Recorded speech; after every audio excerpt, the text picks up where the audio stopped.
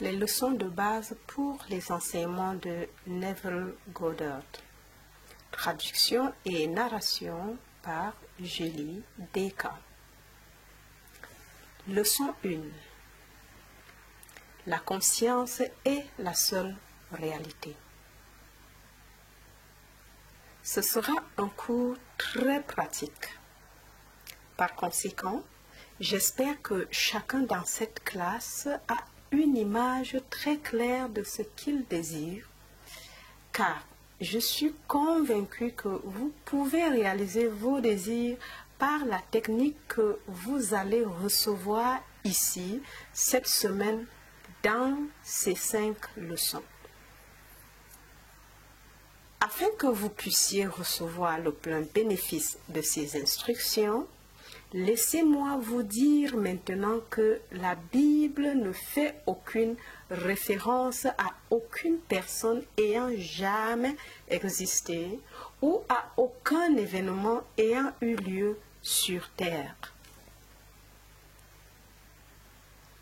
Les anciens conteurs n'écrivaient pas l'histoire, mais une leçon allégorique illustrée de certains principes de base qu'ils revêtaient de l'habit de l'histoire, et ils adaptaient ces histoires à la capacité limitée d'un peuple peu critique et crédule.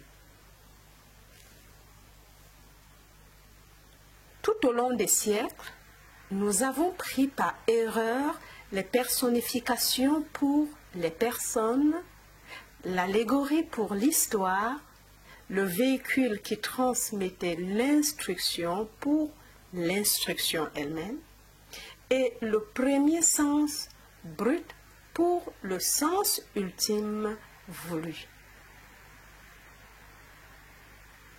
La différence entre la forme de la Bible et sa substance est aussi grande que la différence entre un grain de maïs et le germe de vie à l'intérieur de ce grain.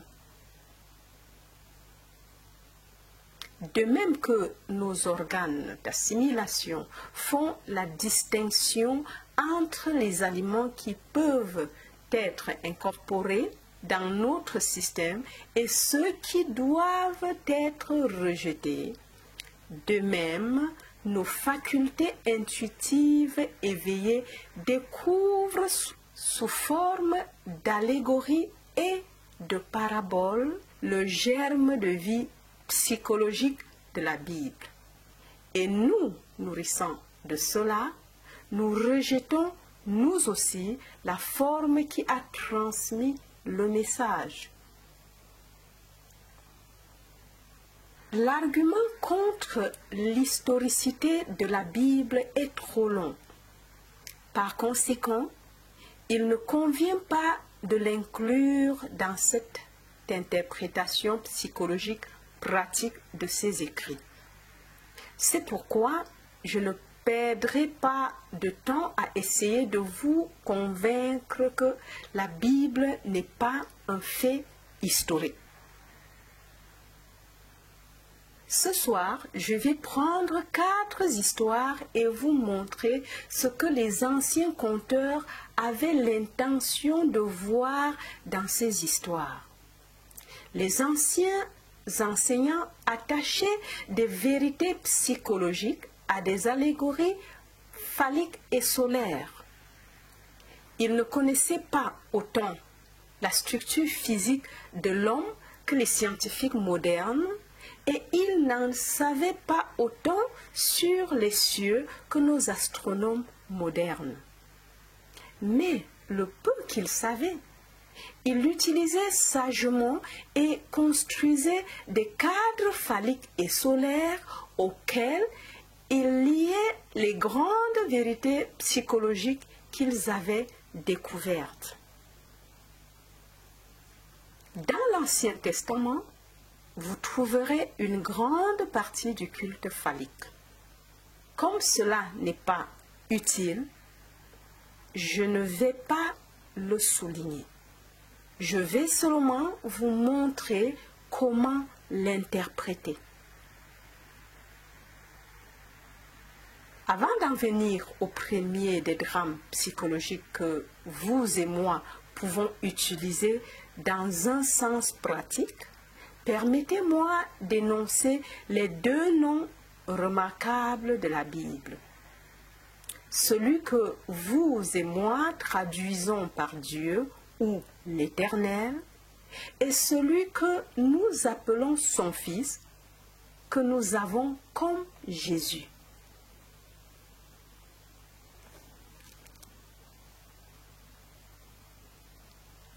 Les anciens appelaient ces noms en utilisant de petits symboles. L'ancienne langue, appelée langue hébraïque, n'était pas une langue que l'on explosait ou au souffle. N'était pas une langue que l'on explosait au souffle. C'était une langue mystique qui n'a jamais été prononcée par les hommes. Ceux qui la comprenaient comme les mathématiciens comprennent les symboles des mathématiques supérieures. Ce n'est pas quelque chose que les gens utilisaient pour transmettre la pensée comme je le fais maintenant avec la langue anglaise.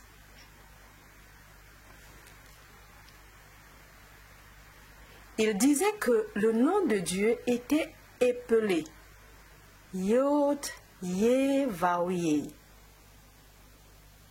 Je vais prendre ces symboles et dans notre langage normal, terre à terre, les expliquer de cette manière.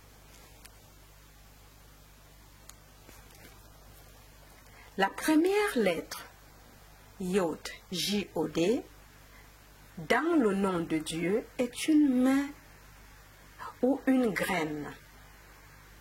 Pas seulement une main, mais la main du directeur.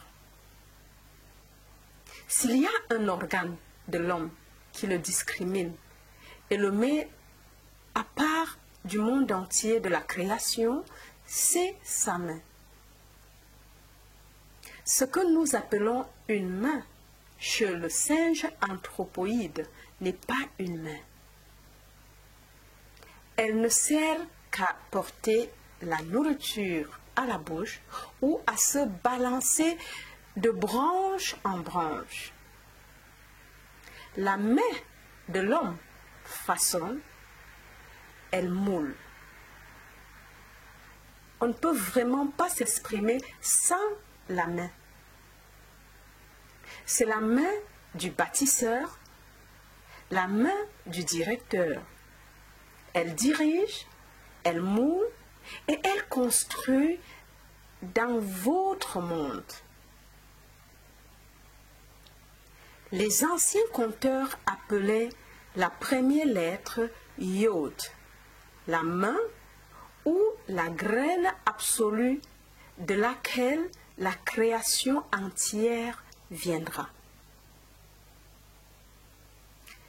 À la deuxième lettre, Yé, H-E, ils donnèrent le symbole d'une fenêtre. Une fenêtre est un œil. La fenêtre est à la maison ce que l'œil est au corps. La troisième lettre, Vau, V-A-U, ils ont appelé un clou. Un clou est utilisé dans le but de lier les choses ensemble. La conjonction « et » dans la langue hébraïque est simplement la troisième lettre ou Vau. Si je veux dire l'homme et la femme, je mets tout simplement la Vau, V-A-U, au milieu. Elle est liée ensemble. La quatrième et dernière lettre, Yé, H-E, est une autre fenêtre ou un autre œil.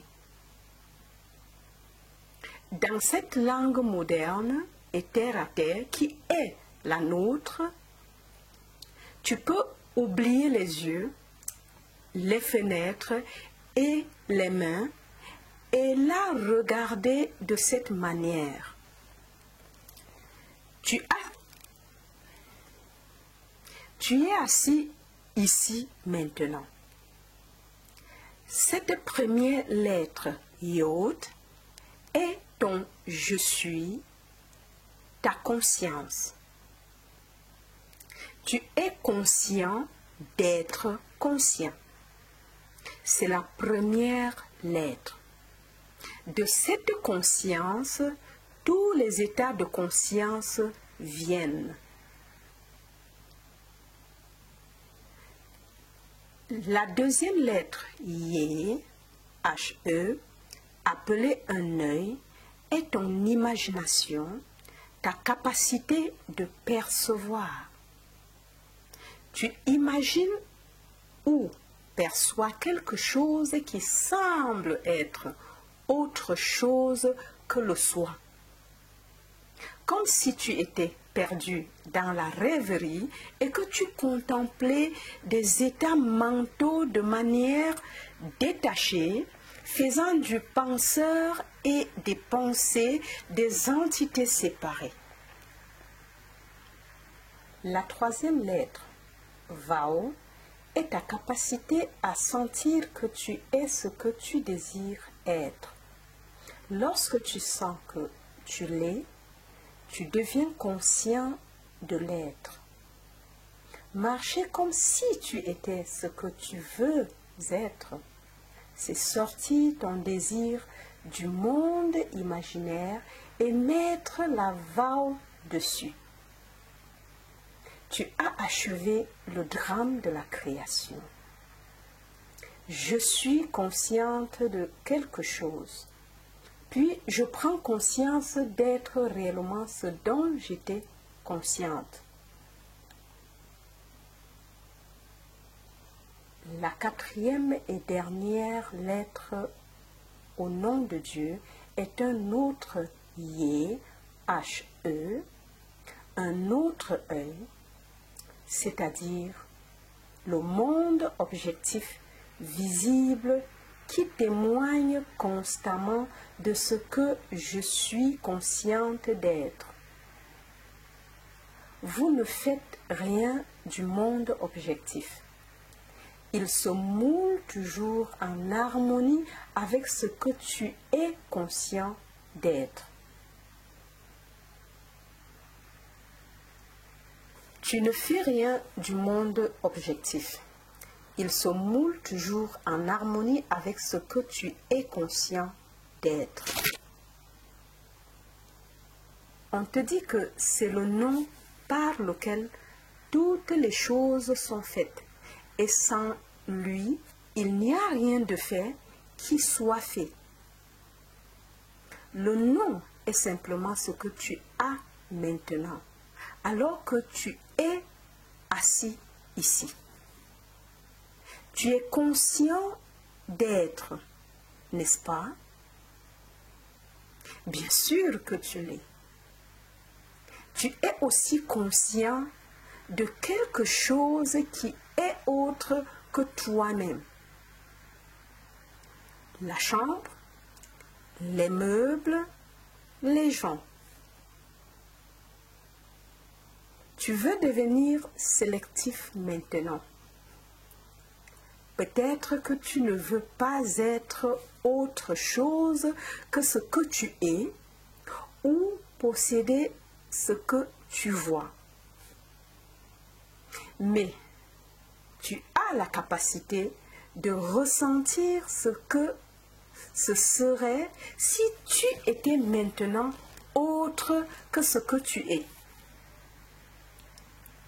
Comme tu supposes que tu es ce que tu veux, tu as complété le nom de Dieu ou le Yod, Yé, Vao, Yé. Le résultat final, l'objectivation de ton postulat, ne te concerne pas du tout. Il viendra en vue automatiquement comme tu assumes la conscience de l'être. Maintenant, tournons-nous vers le nom du Fils, car il donne au Fils la domination sur le monde. Tu es ce Fils. Tu es le grand Josué ou Jésus de la Bible.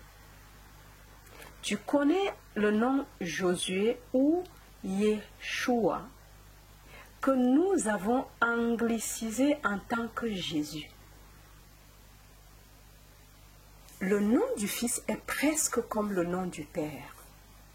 Les 3 premières lettres du nom du Père sont les 3 premières lettres du nom du Fils, Yod, Yé, Vau. Puis vous ajoutez un Shin et un Aïn, faisant lire le nom du Fils, Yod, Yé, Vau, Shin, Aïn. Tu as entendu ce que sont les 3 premières lettres. Yod, Yé, Vau. Yod signifie que tu es conscient. Yé, H-E, signifie que tu es conscient de quelque chose. Et Vau signifie que tu es devenu conscient d'être ce dont tu étais conscient. Tu as la domination parce que tu as la capacité de concevoir et de devenir ce que tu conçois. C'est le pouvoir de la création.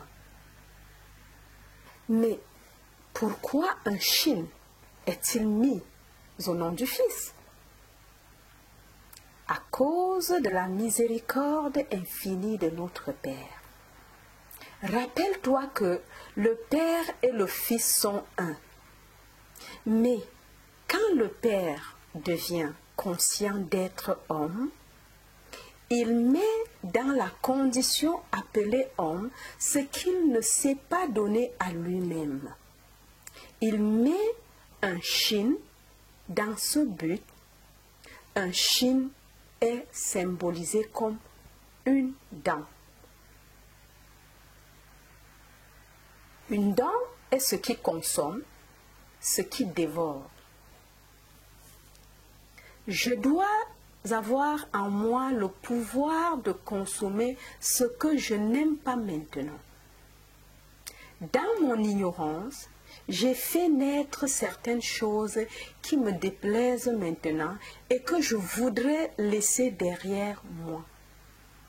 S'il n'y avait pas en moi les flammes qui le consumaient, je serais condamné à vivre pour toujours dans un monde où il y aurait toutes mes erreurs. Mais il y a un Shin ou flamme dans le nom du Fils qui permet à ce Fils de se détacher des états qu'il a autrefois exprimés dans le monde. L'homme est incapable de voir autre chose que le contenu de sa propre conscience.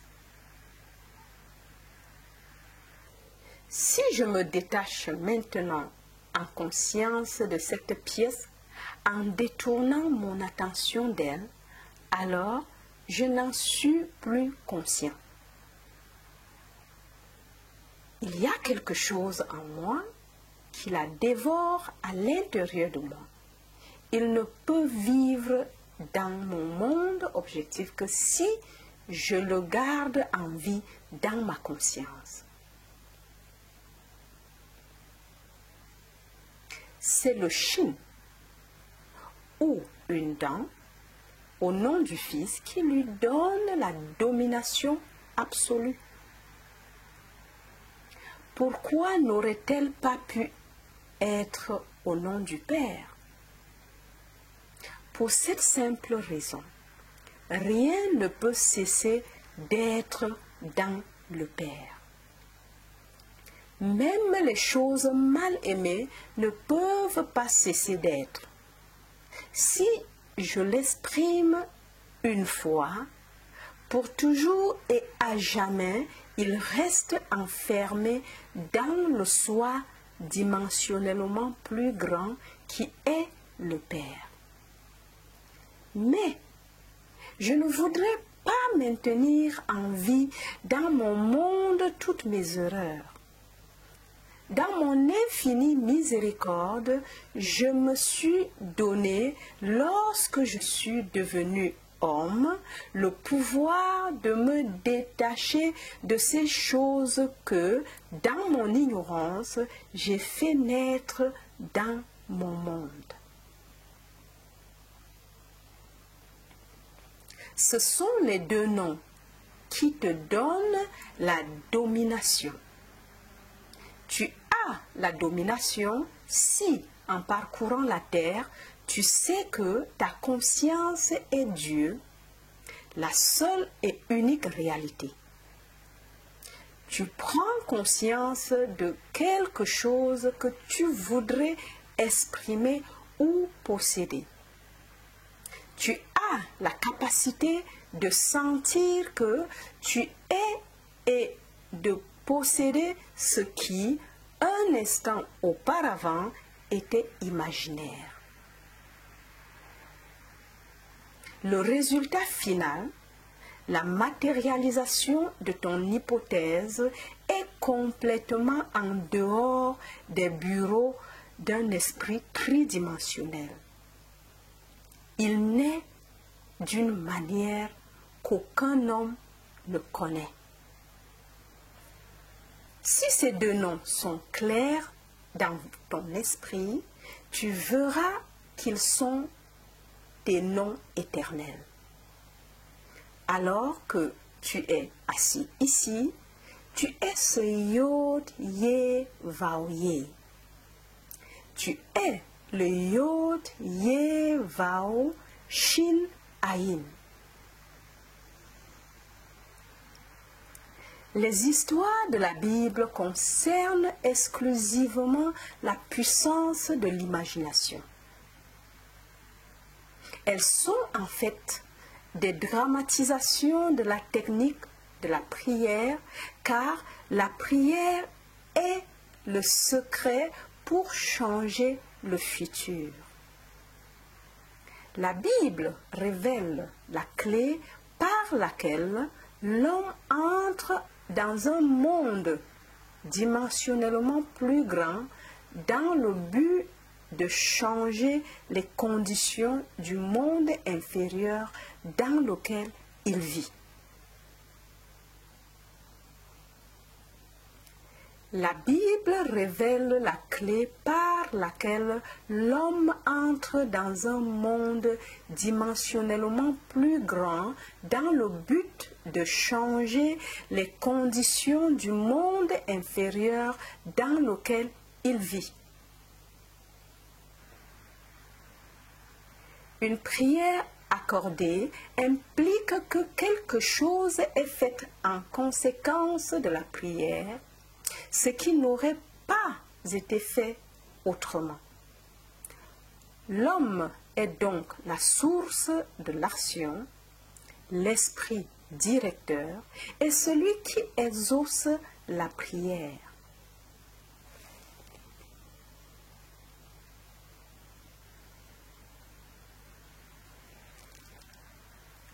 Les récits de la Bible contiennent un puissant défi à la capacité de penser de l'homme. La vérité fondamentale, qu'il s'agit de drames psychologiques et non de faits historiques, exige une réitération dans la mesure où elle est la seule justification des récits. Avec un peu d'imagination, nous pouvons facilement retracer le sens psychologique dans tous les récits de la Bible.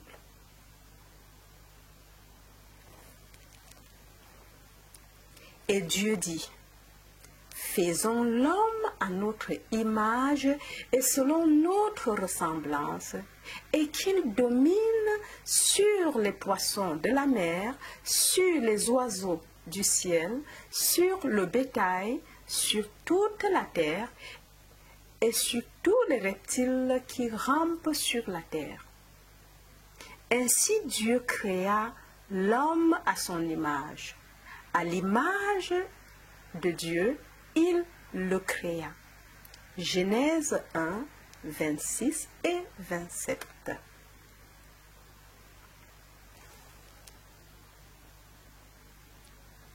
Ici, dans le premier chapitre de la Bible, les anciens enseignants ont posé le fondement que Dieu et l'homme sont un et que l'homme a la domination sur toute la terre. Si Dieu et l'homme sont un, alors Dieu ne peut jamais être loin ni même être proche, car la proximité implique la séparation. La question se pose, qu'est-ce que Dieu? Dieu est la conscience de l'homme, sa conscience, son je suis. Le drame de la vie est un drame psychologique dans lequel nous amenons les circonstances. Le drame de la vie est un drame psychologique dans lequel nous amenons les circonstances à se réaliser par nos attitudes plutôt que par nos actes. La pierre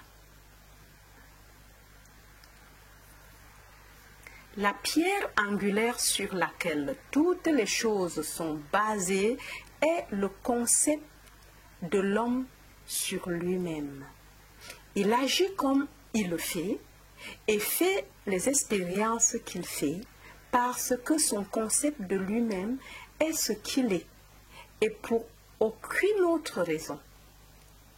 S'il avait une conception différente de lui-même, il agirait différemment et aurait des expériences différentes. L'homme, en assumant le sentiment que son souhait est réalisé, modifie son avenir en harmonie avec son hypothèse, car les hypothèses, bien que fausses, si elles sont maintenues, se durciront en fait.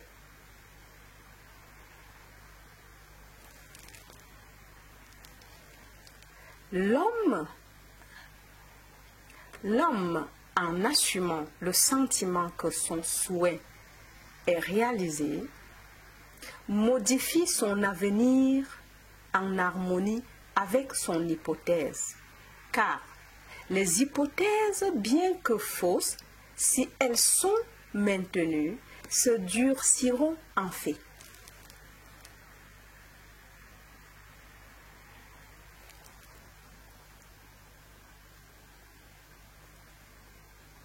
L'esprit indiscipliné a du mal à assumer un état qui est nié par l'essence.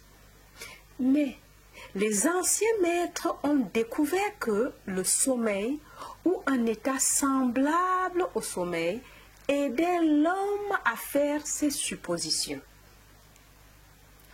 Ils ont donc mis en scène le premier acte créateur de l'homme comme un acte dans lequel l'homme était dans un profond sommeil.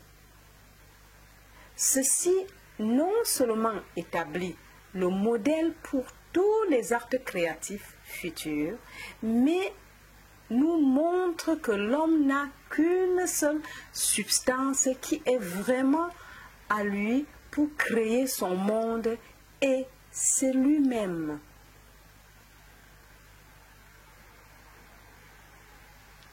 Ceci non seulement établit le modèle pour tous les actes créatifs futurs, mais nous montre que l'homme n'a qu'une seule substance qui est vraiment à lui pour créer son monde, et c'est lui-même. Et le Seigneur Dieu, l'homme, fit tomber un profond sommeil sur Adam et il s'endormit. Et il prit une de ses côtes et ferma la chair à sa place. Et la côte que le Seigneur Dieu avait prise à l'homme fit de lui une femme. Genèse 2, 21, 22.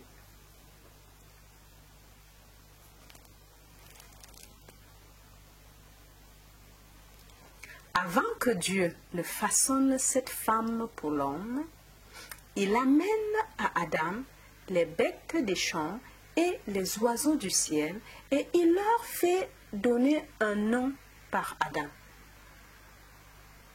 Quel que soit le nom qu'Adam donnait à chaque créature vivante, c'était son nom. Si vous prenez une concordance ou dictionnaire biblique et que vous cherchez le mot « cuisse » tel qu'il est utilisé dans cette histoire, vous verrez qu'il n'a rien à voir avec la cuisse ou la côte. Il est défini comme les parties molles qui sont créatives chez un homme, qui s'accrochent à la cuisse d'un homme.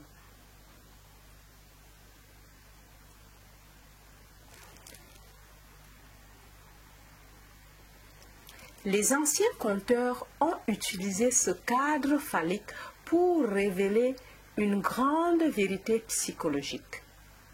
Un ange est un messager de Dieu. Tu es Dieu. Comme tu viens de le découvrir, car ta conscience est Dieu, et tu as une idée, un message. Tu luttes avec une idée, car tu ne sais pas que tu es déjà ce que tu contemples et tu ne crois pas non plus que tu pourrais le devenir. Tu aimerais le faire, mais tu ne crois pas que tu pourrais le faire.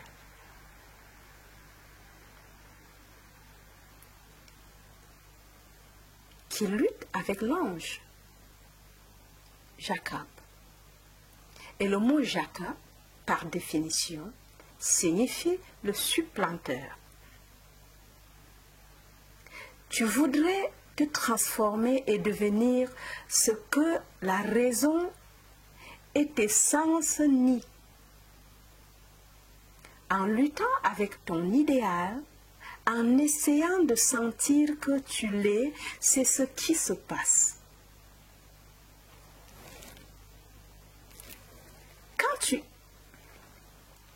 Quand tu sens que tu l'es vraiment, quelque chose sort de toi. Tu peux utiliser les mots qui m'ont touché, car je perçois que la vertu est sortie de moi.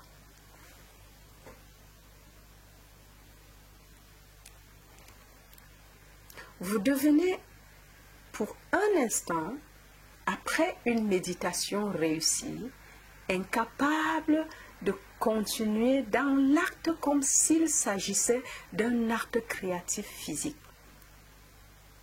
Tu es tout aussi impuissant après avoir prié avec succès qu'après l'acte créatif physique. Quand la satisfaction est la sienne, quand la satisfaction est la tienne, tu ne ressens plus la faim. Si la faim persiste, tu n'as pas fait exploser l'idée en toi. Tu n'as pas réussi à prendre conscience d'être ce que tu voulais être. Il y avait encore cette soif lorsque tu es sorti de l'abîme.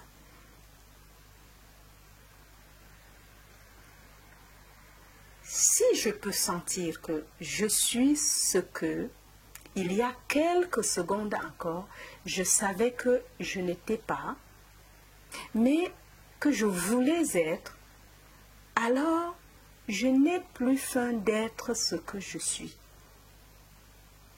Je n'ai plus soif parce que je me sens satisfaite dans cet état. Alors, quelque chose se rétrécit en moi, non pas physiquement, mais dans mon ressenti, dans ma conscience, car c'est cela la créativité de l'homme. Il rétrécit tellement dans le désir, il perd le désir de continuer dans cette méditation. Il ne s'arrête pas physiquement, il n'a tout simplement pas le désir de continuer l'acte méditatif. Quand vous priez, croyez que vous avez reçu et vous recevrez. Quand l'acte créatif physique est terminé, le tendon qui est au creux de la cuisse de l'homme se rétrécit et l'homme se retrouve impuissant ou est arrêté. De la même manière, lorsqu'un homme prie avec succès, il croit qu'il est déjà ce qu'il désirait d'être. Et il ne peut donc pas continuer à désirer être ce qu'il est déjà conscient d'être.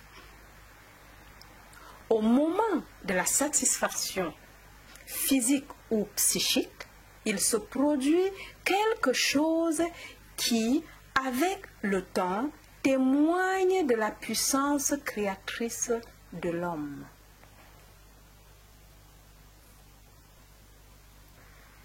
Notre première histoire se trouve dans le 38e chapitre du livre de Genèse. Voici un roi dont le nom est Juda, dont les 3 premières lettres du nom commencent aussi par Yod, Yé, Vau. Tamar est sa belle-fille.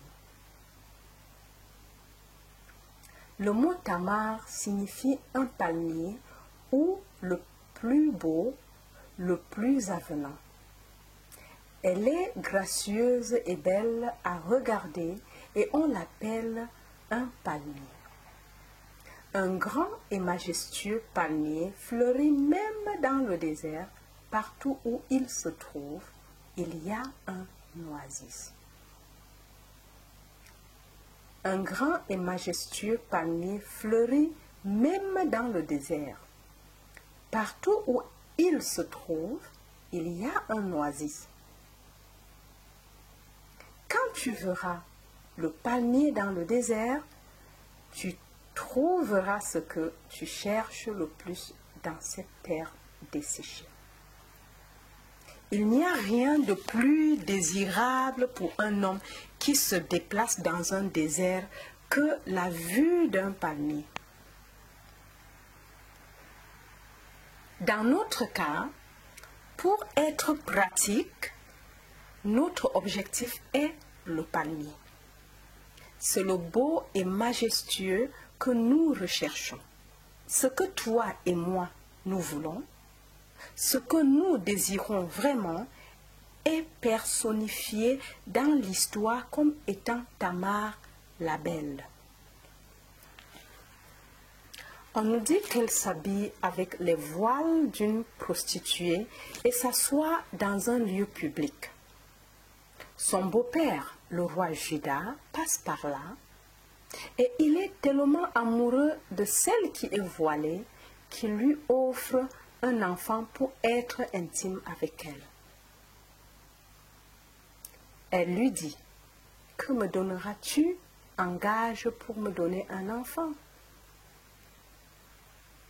En regardant autour de lui, il a dit, « Que veux-tu que je donne en gage ?» Elle répondit, « Donne-moi ton anneau, donne-moi tes bracelets et donne-moi ton bâton. Il prit alors de sa main l'anneau et le bracelet, et les lui donna avec son sceptre. Il entra chez elle, la connut, et elle lui donna un fils. Voilà l'histoire et maintenant l'interprétation. L'homme a un don qui est vraiment à lui et c'est lui-même.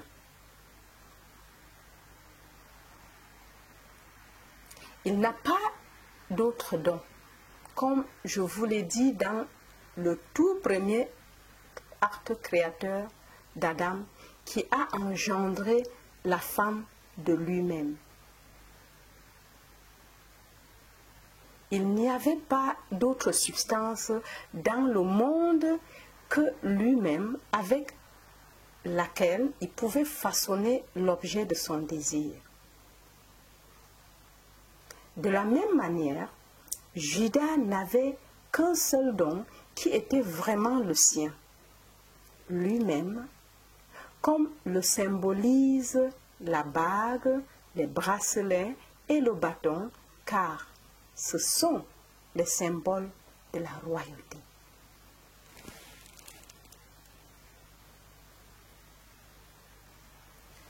L'homme offre ce qui n'est pas lui-même, mais la vie exige qu'il donne la seule chose qui le symbolise.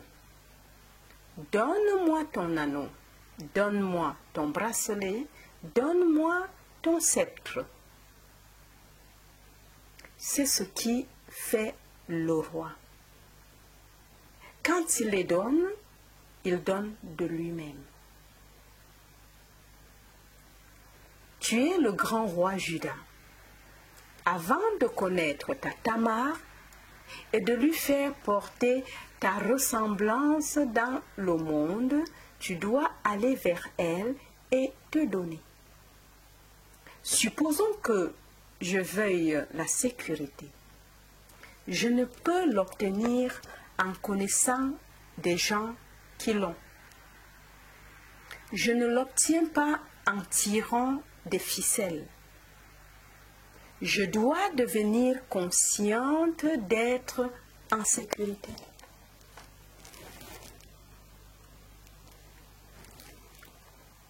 Disons que je veux être en bonne santé. Les pilules ne le feront pas. Le régime alimentaire ou le climat ne le feront pas. Je dois devenir consciente d'être en bonne santé en assumant le sentiment d'être en bonne santé.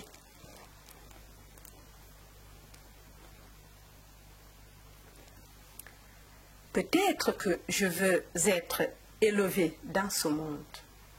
Le simple fait de regarder les rois, les présidents et les gens nobles et de vivre dans les réflexions ne me rendra pas digne.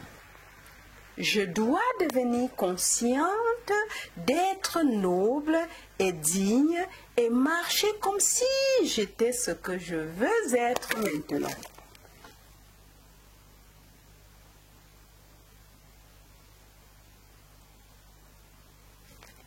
Quand je marche dans cette lumière, je donne de moi l'image qui a hanté mon esprit et avec le temps, elle me porte comme un enfant.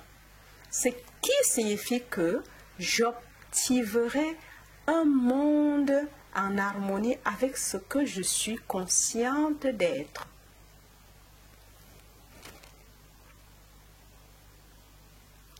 Tu es le roi Juda et tu es aussi Tamar. Lorsque tu deviens conscient d'être ce que tu veux être, tu es Tamar. Alors, tu cristallises ton désir dans le monde qui t'entoure. Peu importe les histoires que tu lis dans la Bible, peu importe le nombre de personnages que ces anciens conteurs ont introduit dans le drame, il y a une chose que toi et moi devons toujours garder à l'esprit. Elle se déroule toute dans l'esprit de l'homme individuel. Tous les personnages vivent dans l'esprit de l'homme individuel. En lisant l'histoire, faites en sorte qu'elle corresponde au modèle du moi. Sache que ta conscience est la seule réalité. Alors, sache ce que tu veux être. Alors, assume le sentiment d'être ce que tu veux être et reste fidèle à ton hypothèse en vivant et en agissant selon ta conviction. Fais toujours en sorte que cela corresponde à ce modèle.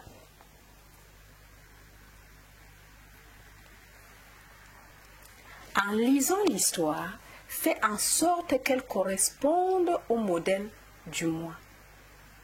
Sache que ta conscience est la seule réalité. Alors, sache ce que tu veux être.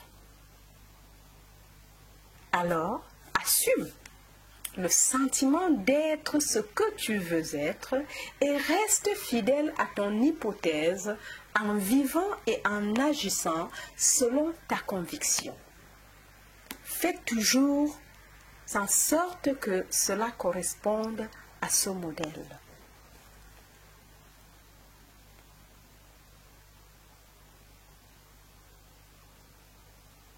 Notre troisième interprétation est l'histoire d'Isaac et de ses deux fils, Ésaü et Jacob. L'image est dessinée d'un aveugle qui est trompé par son deuxième fils pour lui donner la bénédiction qui appartenait à son premier fils. L'histoire souligne le fait que la tromperie a été accomplie par le sens du toucher. Et Isaac dit à Jacob, « Approche-toi, je te prie, pour que je puisse te sentir, mon fils, que tu sois mon fils Ésaü ou non. » Et Jacob s'approcha d'Isaac, son père, et il le sentit. Et il arriva, dès qu'Isaac eut achevé de bénir Jacob, et que Jacob fut à peine sorti de la présence d'Isaac son père, qu'Ésaü, son frère, rentra de sa chasse. Genèse 27, versets 21 et 30. Cette histoire peut être utile si tu la rejoues maintenant.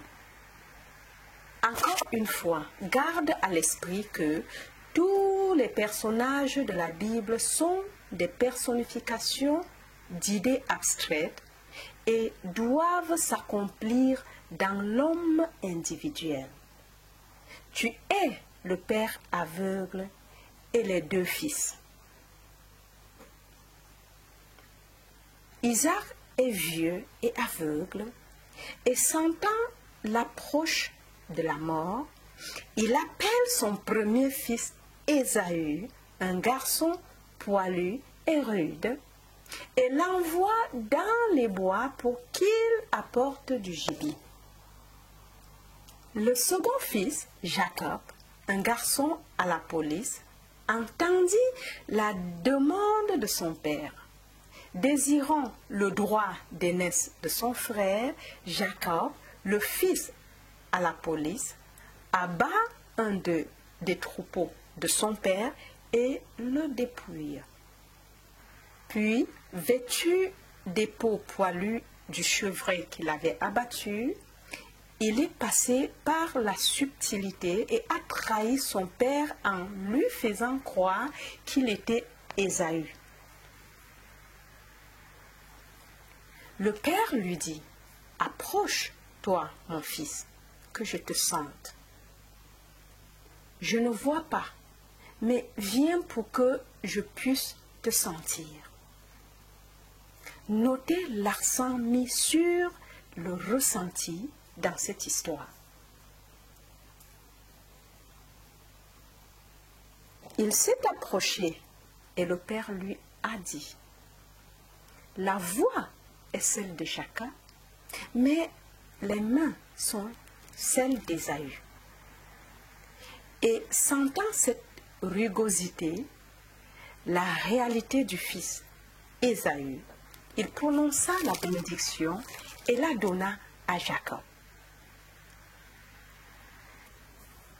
On vous a raconté dans l'histoire qu'au moment où Jacob prononçait la bénédiction et que Jacob était à peine sorti de sa présence que son frère Ésaü rentrait de sa chasse. C'est un verset important. Ne t'affole pas dans notre approche pratique de ce verset, car tu es assis ici, tu es aussi Isaac. Cette pièce dans laquelle tu es assis est ton Ésaü actuel. C'est le monde rude ou raisonnablement connu en raison de tes organes corporels. Tous tes sens témoignent du fait que tu es ici dans cette pièce. Tout te dit que tu es ici, mais peut-être que tu ne veux pas être ici. Tu peux appliquer cela à n'importe quel objectif. La pièce dans laquelle tu es assis à tout moment, l'environnement dans lequel tu es placé, c'est ton monde ou fils rugueux ou raisonnement connu qui est personnifié dans l'histoire comme Ésaü. Ce que tu voudrais à la place de ce que tu as ou es, c'est ton état de police ou Jacob, le supplanteur. Tu n'envoies pas ton monde visible à la chasse, comme le font tant de gens, par le déni. En disant qu'il n'existe pas, tu le rends d'autant plus réel.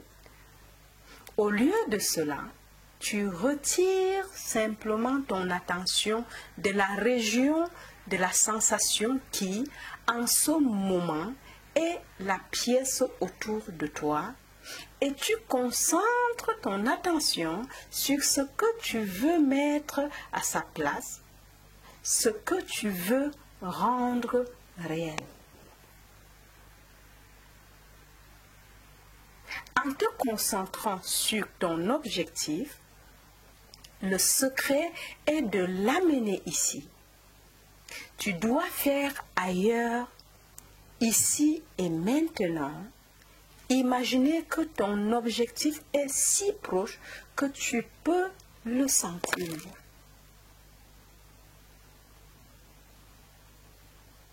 Supposons qu'à ce moment précis, je veuille un piano ici dans cette pièce.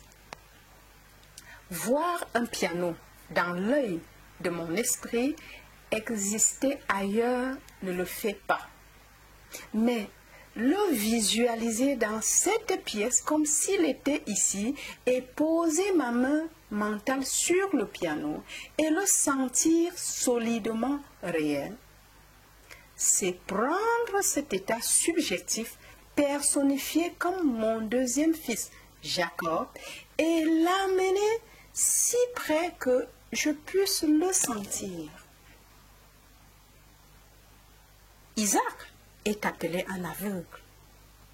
Tu es aveugle parce que tu ne vois pas ton objectif avec tes organes corporels. Tu ne peux pas le voir avec tes sens objectifs. Tu le perçois seulement avec ton esprit, mais tu le rapproches tellement que tu peux le sentir comme s'il était solidement réel maintenant.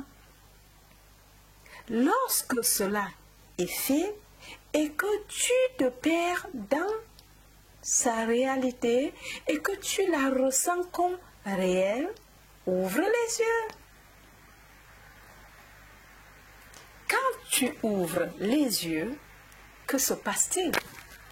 La pièce que tu avais fermée, mais il y a un moment, revient de la chasse. Tu as à peine donné la bénédiction, tu as senti que l'état imaginaire était réel, que le monde objectif qui semblait réel revient. Il ne te parle pas avec les mots enregistrés d'Ésaü, mais la pièce même qui t'entoure te dit par sa présence que tu t'es trompé toi-même. Elle te dit que lorsque tu t'es perdu dans la contemplation, sentant que tu étais maintenant ce que tu voulais être, sentant que tu possédais maintenant ce que tu désirais posséder, que tu te trompais simplement toi-même. Regardez cette pièce, elle nie que vous êtes ailleurs. Si tu connais la loi, tu dis maintenant, même si ton frère est venu par subtilité, m'a trahi et a pris ton droit de naissance, je lui ai donné ta bénédiction et je ne peux pas me rétracter. Je lui ai donné ta bénédiction et je ne peux pas me rétracter. En d'autres termes, tu restes fidèle à cette réalité subjective et tu ne lui retires pas le pouvoir de la naissance. Tu lui as donné le droit de naître et il va devenir objectif dans ton monde. Il n'a pas de place dans ton espace limité pour que deux choses occupent le même espace en même temps. En rendant le subjectif réel, il ressuscite dans ton monde. Prends l'idée que tu veux incarner et suppose que tu l'es déjà. Perds-toi dans le sentiment que cette supposition est solidement réelle. En lui donnant ce sens de la réalité, tu lui as donné la bénédiction qui appartenait au monde objectif et tu n'as pas à aider sa naissance, pas plus que tu n'as à aider la naissance d'un enfant ou d'une graine que tu plantes dans le sol. La graine que tu plantes pousse sans l'aide d'un homme, car elle contient en elle-même toute la puissance et tous les plans nécessaires à l'expression de soi. Tu peux cette nuit rejouer le drame d'Isaac bénissant son deuxième fils et voir ce qui se passe dans l'avenir immédiat dans ton monde. Ton environnement actuel disparaît. Toutes les circonstances de la vie changent et font place à la venue de ce à quoi tu as donné ta vie. En marchant, sachant que tu es ce que tu voulais être, tu l'objectiveras sans l'aide d'un autre. Tu peux cette nuit rejouer le drame d'Isaac bénissant son deuxième fils et voir ce qui se passe dans l'avenir immédiat dans ton monde. Ton environnement actuel disparaît, toutes les circonstances de la vie changent et font place à la venue de ce à quoi tu as donné ta vie. En marchant, sachant que tu es ce que tu voulais être, tu l'objectiveras sans l'aide d'un autre. La quatrième histoire pour ce soir est tirée du dernier des livres attribués à Moïse. Si vous avez besoin d'une preuve que Moïse ne l'a pas écrit, lisez attentivement l'histoire. Elle se trouve dans le 34e chapitre du livre de Deutéronome. Demandez à n'importe quel prêtre ou rabbin qui est l'auteur de ce livre, et ils vous diront que Moïse l'a écrit. Dans le 34e chapitre de Deutéronome, vous lirez qu'un homme a écrit sa propre nécrologie. C'est-à-dire que Moïse a écrit ce chapitre. Un homme peut s'asseoir et écrire ce qu'il voudrait faire mettre sur sa pierre tombale. Mais voici un homme qui écrit sa propre nécrologie. Et puis il meurt et s'efface si complètement qu'il défie la postérité pour trouver où il s'est enterré.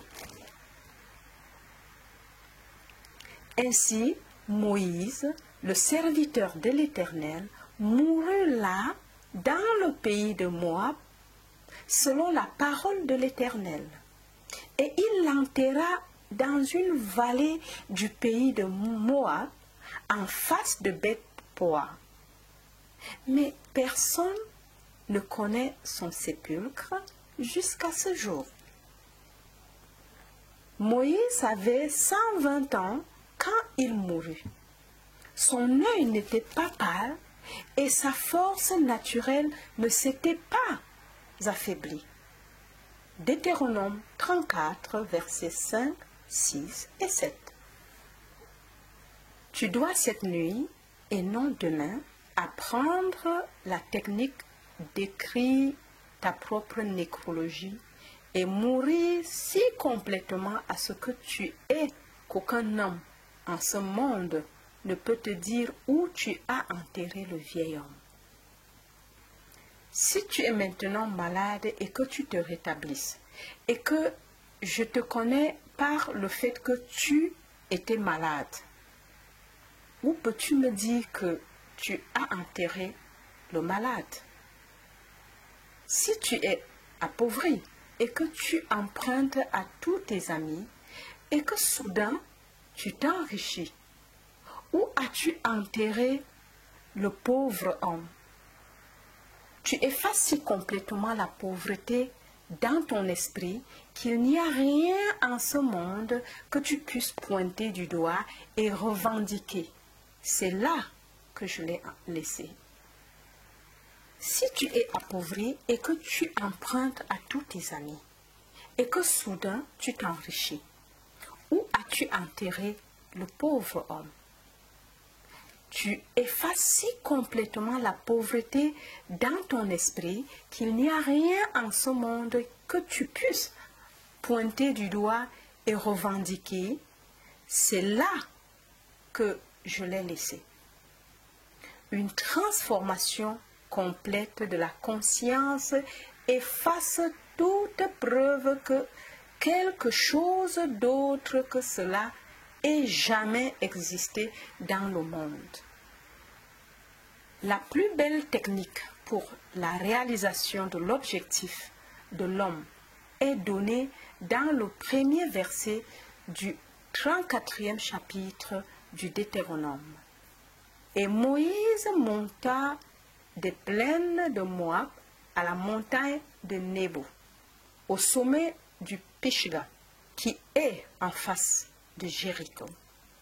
Et l'Éternel lui montra tout le pays de Galade jusqu'à Dan. Tu lis ce verset et tu dis, et alors? Mais prenez une concordance et regardez les mots. Le premier mot, Moïse, signifie tirer, sauver, soulever, chercher. En d'autres termes, Moïse est la personnification de la puissance en l'homme qui peut tirer de l'homme ce qu'il cherche, car tout vient de l'intérieur et non de l'extérieur. Tu tires de l'intérieur de toi-même ce que tu veux maintenant exprimer comme quelque chose d'objectif pour toi-même.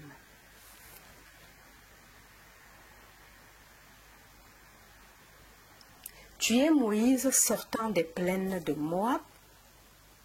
Le mot Moab est une contraction de deux mots hébraïques, Mem et Ap, qui signifient mère-père.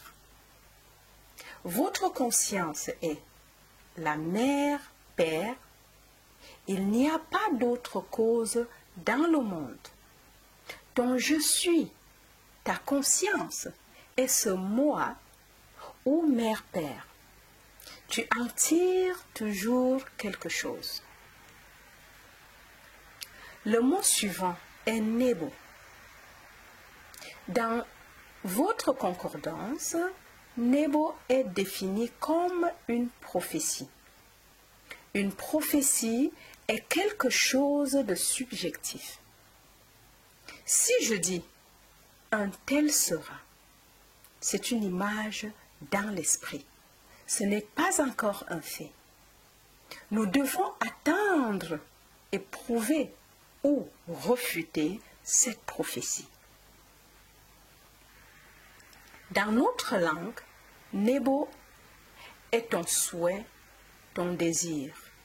Il est appelé une montagne parce que c'est quelque chose qui semble difficile à gravir et qui est donc apparemment impossible à réaliser. Une montagne est quelque chose de plus grand que toi. Elle te domine. Nebo personnifie ce que tu veux être en contraste avec ce que tu es. Le mot Pishga, par définition, est à contempler. Jéricho est une odeur parfumée. Et Gilead signifie les collines des témoins. Le dernier mot est dans le prophète. Maintenant, réunis-les tous dans un sens pratique et vois ce que les anciens ont essayé de nous dire. Alors que je me tiens ici, ayant découvert que ma conscience est Dieu et que je peux, en sentant simplement que je suis ce que je veux être, me transformer à la ressemblance de ce que je suppose être. Je sais maintenant que je suis tout ce qu'il faut pour escalader cette montagne. Je définis mon objectif. Je ne l'appelle pas Nebo. Je l'appelle mon désir. Tout ce que je veux, c'est mon Nebo. C'est ma grande montagne que je vais escalader. Je commence maintenant à le contempler car je vais monter au sommet du Pishga. Je dois contempler mon objectif de telle manière que j'obtienne la réaction qui me satisfait. Si je n'obtiens pas la réaction qui me satisfait, alors on ne voit pas Jéricho, car Jéricho est une odeur parfumée. Quand je sens que je suis ce que je veux être, je ne peux pas supprimer la joie qui vient avec ce sentiment.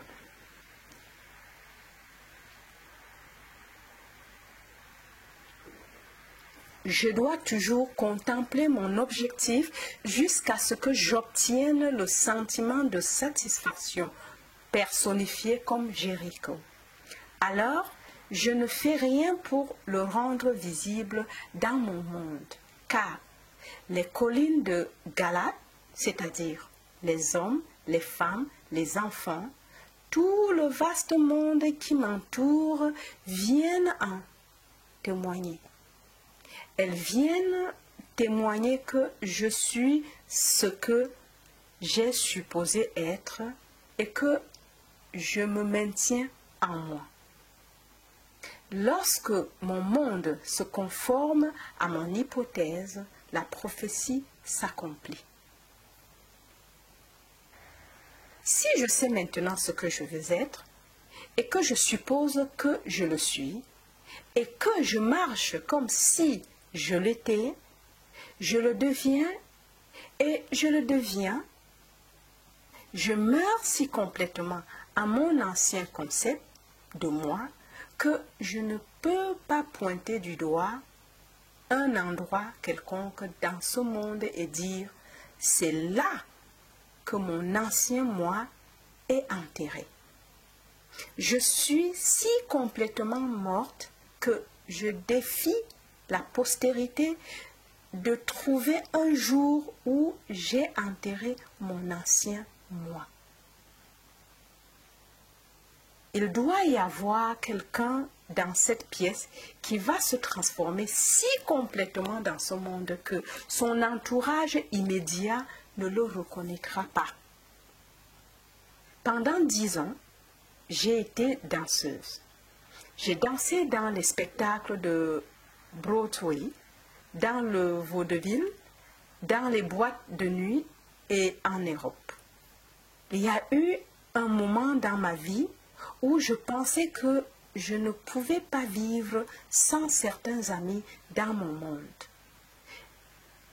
J'étendais une table tous les soirs après le théâtre et nous dînions tous bien. Je pensais que je ne pourrais jamais vivre sans eux. Maintenant, j'avoue que je ne pouvais pas vivre avec eux. Nous n'avons rien en commun aujourd'hui. Quand nous nous rencontrons, nous ne marchons pas volontairement de l'autre côté de la rue, mais c'est presque une réunion froide parce que nous n'avons rien à discuter. Je suis tellement morte à cette vie que lorsque je rencontre ces gens, ils ne peuvent même pas parler du bon vieux temps. Je suis tellement morte à cette vie que lorsque je rencontre ces gens, ils ne peuvent même pas parler du bon vieux temps. Mais il y a des gens qui vivent aujourd'hui, qui vivent encore dans cet état de plus en plus pauvres. Ils aiment toujours parler du bon vieux temps. Ils n'ont jamais enterré cet homme. Il est très vivant dans leur monde. Moïse avait 120 ans, un âge plein et merveilleux comme l'indique 120 ans. 1 plus 2 plus 0 égale 3. Le symbole numérique de l'expression. Je suis pleinement conscient de mon expression. Mes yeux ne sont pas abîmés et les fonctions naturelles de mon corps ne sont pas diminuées. Je suis pleinement conscient d'être ce que je ne veux pas être. Mais connaissant cette loi par laquelle un homme se transforme, je suppose que je suis ce que je veux être et je marche avec l'hypothèse que cela se fasse. En le devenant, le vieil homme meurt et tout ce qui était lié à cet ancien concept de soi ou de moi meurt avec lui. En le devenant, le vieil homme meurt et tout ce qui était lié à cet ancien concept de soi meurt avec lui. Tu ne peux prendre aucune partie du vieil homme dans le nouvel homme. Tu ne peux pas mettre du vin nouveau dans les vieilles bouteilles ou de nouveaux patchs sur de vieux vêtements. Tu dois être un nouvel être complètement. Quand tu présumes que tu es ce que tu veux être, tu n'as pas besoin de l'aide d'un autre pour qu'il en soit ainsi. Tu n'as pas non plus besoin de l'aide de quelqu'un pour enterrer le vieil homme pour toi. Laissez les morts enterrer les morts. Ne vous retournez Même pas, car nul n'a mis la main à la charrue et après s'être retourné n'est digne du royaume des cieux. Ne te demande pas comment cela va se passer. Peu importe que ta raison le nie. Il n'est pas important que le monde entier autour de toi le nie. Tu n'as pas à enterrer les vieux. Laissez les morts enterrer les morts. Tu enterreras le passé en restant fidèle à ton nouveau concept du soi, de telle sorte que tu défieras tout le vaste futur pour trouver où tu l'as enterré. À ce jour, personne en Israël n'a découvert le sépulcre de Moïse.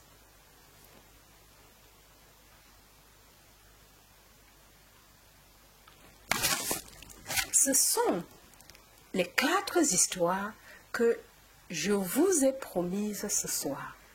Tu dois les appliquer chaque jour de ta vie.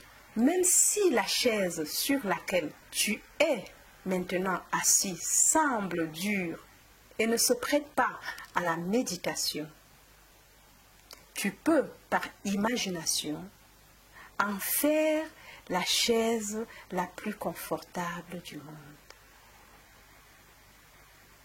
Laissez-moi maintenant définir la technique telle que je veux que vous l'utilisiez. J'espère que chacun d'entre vous est venu ici ce soir avec une image claire de son désir. Ne dites pas que c'est impossible. Le voulez-vous? Vous n'avez pas besoin d'utiliser votre code moral pour le réaliser. C'est tout à fait hors de la portée de votre code. La conscience est la seule et unique réalité. Par conséquent, nous devons former l'objet de notre désir à partir de notre propre conscience.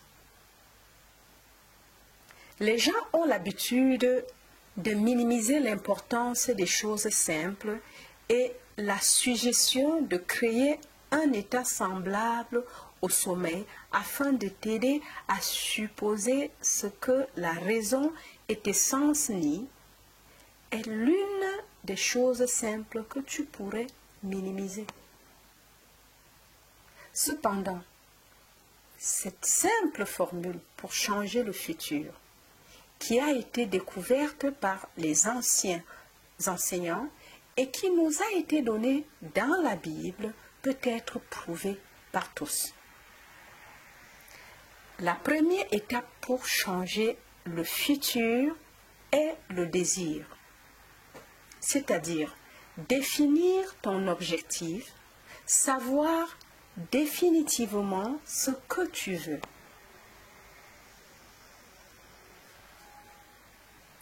Deuxièmement, construis un événement que tu crois que tu rencontrerais à la suite de l'accomplissement de ton désir.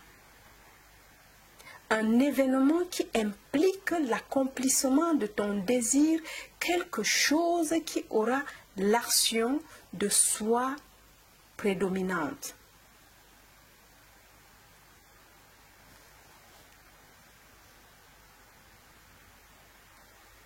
Deuxièmement, construis un événement que tu crois que tu rencontrerais à la suite de l'accomplissement de ton désir. Un événement qui implique l'accomplissement de ton désir. Quelque chose qui aura l'action de soi prédominante.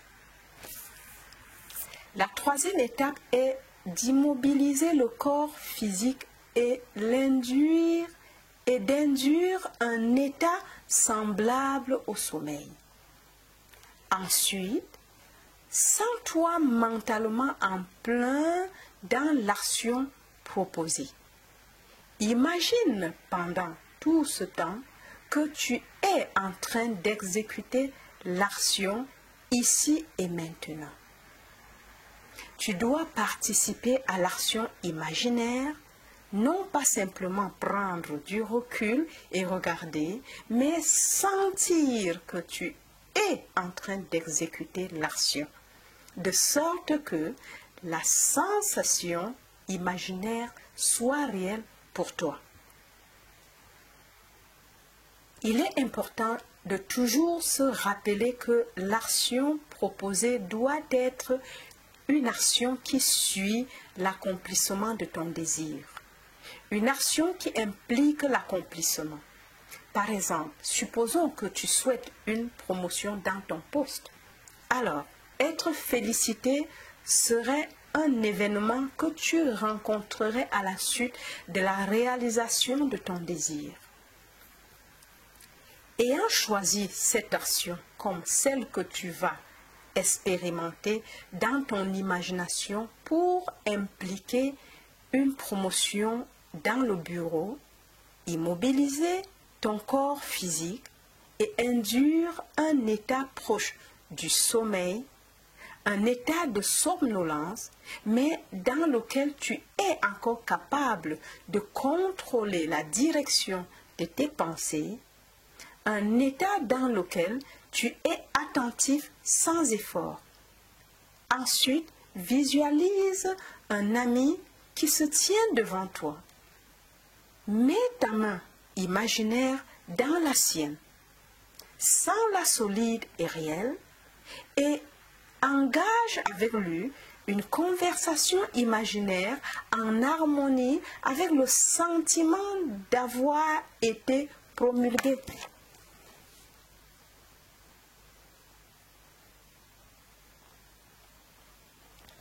Tu ne te visualises pas à distance dans l'espace et à distance dans le temps en train d'être félicité par ta bonne fortune. Au lieu de cela, tu fais ailleurs, ici, et le futur maintenant. La différence entre se sentir en action, ici et maintenant, et se visualiser en action, comme si tu étais sur un écran de cinéma, est la différence entre le succès et l'échec. La différence sera appréciée si tu te visualises maintenant en train de monter une échelle. Ensuite, les paupières fermées, imagine qu'une échelle est juste devant toi et ressens que tu y grimpes réellement.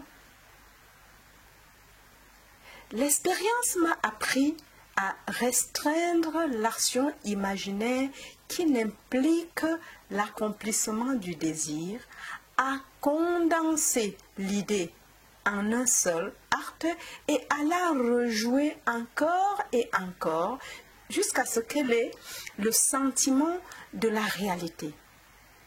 Sinon, ton attention va s'égarer sur une piste associative et une foule d'images associées te seront présentées et en quelques secondes, elles te conduiront à des centaines de kilomètres de ton objectif dans un point de l'espace et à des années de distance dans un point du temps. Si tu décides de monter une volée d'escalier particulière, parce que c'est l'événement probable qui suivra la réalisation de ton désir, alors tu dois restreindre l'action à la montée de cette volée d'escalier particulière. Si ton attention s'éloigne, ramène-la à sa tâche de monter cette volée d'escalier et continue à le faire jusqu'à ce que l'action imaginaire ait toute la solidité et la distinction de la réalité. L'idée doit être maintenant dans l'esprit sans aucun effort raisonnable de ta part. Tu dois, avec un minimum d'effort, imprégner le mental du sentiment que le souhait est réalisé. La somnolence facilite le changement car elle favorise l'attention sans effort, mais elle ne doit pas être poussée à l'état de sommeil dans lequel tu n'es plus capable de contrôler les mouvements de ton attention. Mais un degré modéré de somnolence dans lequel tu es encore capable de diriger tes pensées. Une façon très efficace d'incarner un désir est d'assumer le sentiment du désir réalisé et ensuite, dans un état de détente et de somnolence, de répéter encore et encore, comme une berceuse, toute courte phrase qui implique la réalisation de votre désir, telle que « merci, merci, merci, merci ». Comme si tu t'adressais à une puissance supérieure pour t'avoir donné ce que tu désirais. Je sais que lorsque ce cours se terminera vendredi, beaucoup d'entre vous ici pourront me dire que vous avez atteint vos objectifs. Il y a 2 semaines, j'ai quitté l'estrade et je suis allée à la porte pour serrer la main de l'auditoire. Je peux dire sans me tromper qu'au moins 35 personnes sur une classe de 135 m'ont dit ce qu'elles désiraient lorsqu'elles se sont jointes à cette classe. Elles l'avaient déjà réalisé. Cela s'est produit il y a seulement 2 semaines. Je n'ai rien fait pour que cela se produise, sauf leur donner cette technique de prière. Tu n'as rien à faire pour que cela se produise, sauf appliquer cette technique de prière. Avec les yeux fermés et le corps physique immobilisé, provoque un état semblable au sommeil et entre dans l'action comme si tu étais un acteur jouant le rôle. Fais l'expression en imagination de ce que tu expérimenterais dans la chair si tu étais maintenant en possession de ton objectif. Fais ailleurs ici et ensuite maintenant. Et plus tu seras grand, plus tu utiliseras tous les moyens et appelle les bons qui tendent vers la production de ce que tu as assumé. Tu es libéré de toute responsabilité de le faire parce que, comme tu l'imagines et le sens, c'est ton moi dimensionnel plus grand qui détermine les moyens. Ne pensez pas un seul instant que quelqu'un va être blessé pour y arriver ou que quelqu'un va être déçu. Ce n'est toujours pas ton problème. Je dois conduire cette maison. Trop d'entre nous, scolarisés dans des domaines différents, sont si préoccupés par l'autre. Tu es libéré de toute responsabilité de le faire parce que, comme tu l'imagines et le sens, c'est ton moi dimensionnel plus grand qui détermine les moyens. Ne pense pas un seul instant que quelqu'un va être blessé ou y arriver, ou que quelqu'un va être déçu. Ce n'est pas toujours ton problème. Je dois conduire cette maison. Trop d'entre nous, scolarisés dans des domaines différents, sont si préoccupés par l'autre. Tu te demandes, si j'obtiens ce que je veux, cela n'implique-t-il pas de blesser l'autre? Il y a des moyens que tu ne connais pas, alors ne t'inquiète pas. Ferme tes yeux maintenant parce que nous allons être dans un long silence.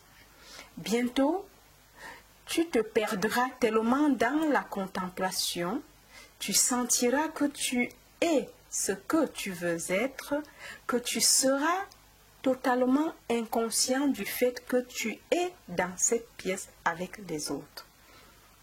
Tu recevras un choc lorsque tu ouvriras les yeux et que tu découvriras que nous sommes ici.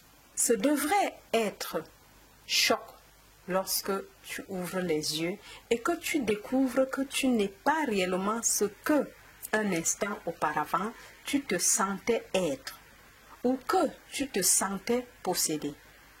Maintenant, nous allons aller dans les profondeurs. Période de silence. Je n'ai pas besoin de te rappeler que tu es maintenant ce que tu as supposé être. N'en parle à personne, même pas à toi-même. Tu ne peux pas penser au comment quand tu sais que tu es déjà. Ton raisonnement tridimensionnel, qui est un raisonnement très limité en effet, ne devrait pas être introduit dans ce drame. Il ne sait pas. Ce que tu deviens, ce que tu viens de ressentir comme étant vrai est vrai. Il ne le sait pas. Ce que tu viens de ressentir comme étant vrai est vrai. Ne laisse aucun homme te dire que tu ne devrais pas l'avoir. Ce que tu ressens que tu as, tu l'auras. Et je te promets ceci, après avoir réalisé ton objectif, tu devras admettre à la réflexion que ton esprit de raisonnement conscient n'aurait jamais pu concevoir le chemin. Tu es cela et tu as ce que tu t'es approprié en ce moment même. N'en parlez pas. Ne te tourne pas vers quelqu'un pour un encouragement parce que la chose pourrait ne pas venir. Elle est venue.